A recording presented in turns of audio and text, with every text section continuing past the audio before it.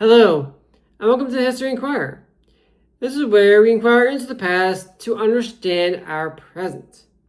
Today's episode will be the first one of the Southern campaign during the Revolutionary War, and will take place in Georgia.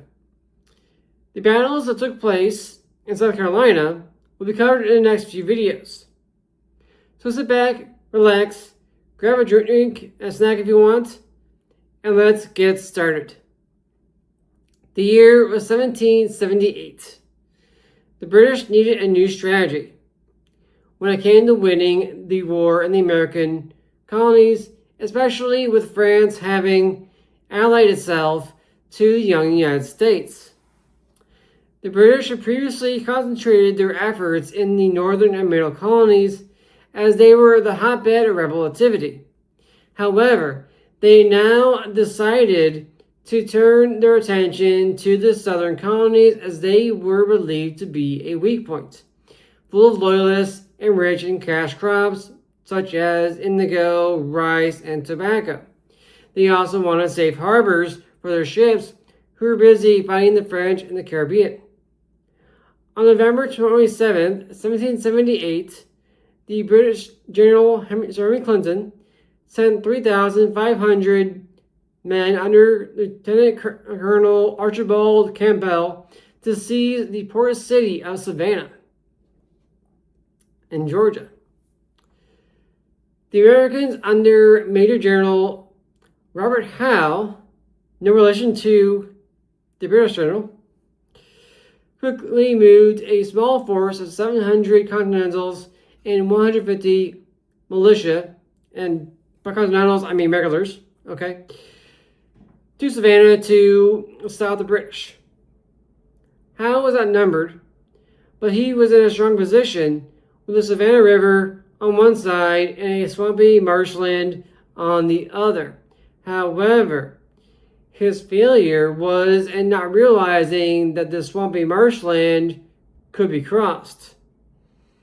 As historian Woody Holton writes on Liberty is Sweet, then Quamano Dolly, an elderly slave belonging to Georgia Governor James Wright, led Lieutenant Campbell's light troops down a little-known path through the swamp on Howe's right. Their reappearance in the rebels' rear threw them into disorder, whereupon Campbell sent his front line forward. Many American soldiers ran into the swamp and drowned. 83 defenders and only 3 British soldiers were killed. Following their victory, the British marched into Savannah and from there moved north to take Augusta, while another force moved into South Carolina to capture Beaufort. And remember, it's Beaufort, South Carolina, Beaufort, North Carolina. Okay? In July 1779, Sir James Wright, the former royal governor, was brought back to resume leadership of the colony for the British. And it was that secure that they were able to bring the royal governor back to assume British control of the colony. Now, the American General Howe was court-martialed and removed from command. He was replaced by Major General Benjamin Lincoln, who contacted Charles Henry Hector, the Comte d'Estaing, who was on his way to Savannah with a fleet of warships and 4,000 French troops. Now, Benjamin Lincoln wanted to combine forces and drive the British out of Savannah. The American forces numbered around 1,500, including Polish Count Casimir Pulaski and his 200 cavalrymen.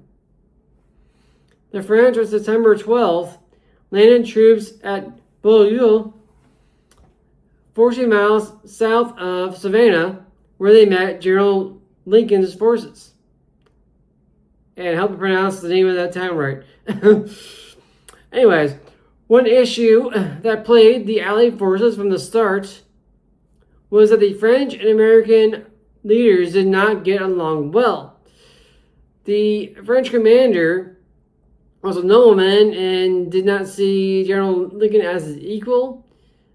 He felt that since he came from a noble family and was the more experienced general, that he should be the one in charge, and eventually he was, but the Americans kind of took issue with the French,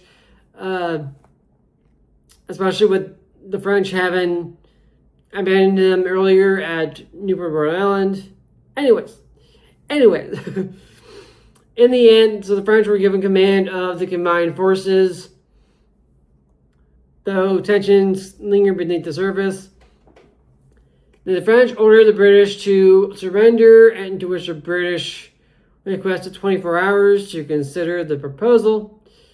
During this time, 800 British regulars returned from Beaufort, leading the garrison commander to refuse the offer of surrender. Thus, the siege began. However, time was not on the French side, of the Franco-American side. And you can see as the siege wore on, the French commander knew that he had to make an attack over in the siege because the fleet was divided between bombarding the city, providing artillery support, and defending against the British ships. And also, the ships were in need of repair, and there were short of supplies. The men were getting diseases like scurvy and such. So, so they needed to make a move here, or just abandon the siege entirely. The attack was made on October 9th, 1779, which failed as each unit acted on its own independently instead of acting cohesively, simultaneously. Okay, now there was heavy fog that day, and which kind of helped, but also hindered the assault. There was low visibility. Although the Franco-American forces were able to place their flags on top of the Spring Hill redoubt, you can probably see in a map somewhere on the screen. But yeah, even though they were able to place the regimental flags on top of the Spring Hill redoubt, they were shot down and beaten in detail. They were unable to take Savannah and suffered 1,000 casualties around that, including Casimir Pulaski, the father of the American cavalry, who was mortally wounded in action. It is also worth noting that many African Americans, former slaves, ended up fighting for and serving the British because the British were willing to offer them freedom for their services, while the Americans, at least in Georgia and South Carolina, were not. And we'll see this again in the next video when we talk about the Siege of Charleston. Now, following the defeat, the French decided to abandon the siege as their ships needed repair in addition to the losses they suffered.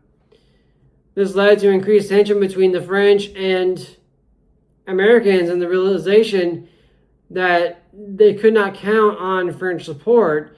They had to do it on their own, though the French support would help them win the later Battle of Yorktown, which would be the last major battle of the war. However, for the most part, they were kind of on their own. And from the British perspective, this was proof that the Southern strategy was working. So far, so good. And they managed to take a whole colony back. And now they can push into South Carolina. I mean, they've already taken Beaufort, so now they just need to take Charleston and move into the rest of the state, right? Yeah, things are looking good. So now Charleston would be besieged from March 29th to May 12, 1780, by British forces under Generals Henry Clinton and Charles Cornwallis, and they would be successful. However, even though they were successful in taking Charleston and later on the Battle of Camden, they were not still end up losing the war. So that is a video for another time. So the next video, I'll talk about the Charleston, Battle of Camden, and American efforts to resist this takeover by the British.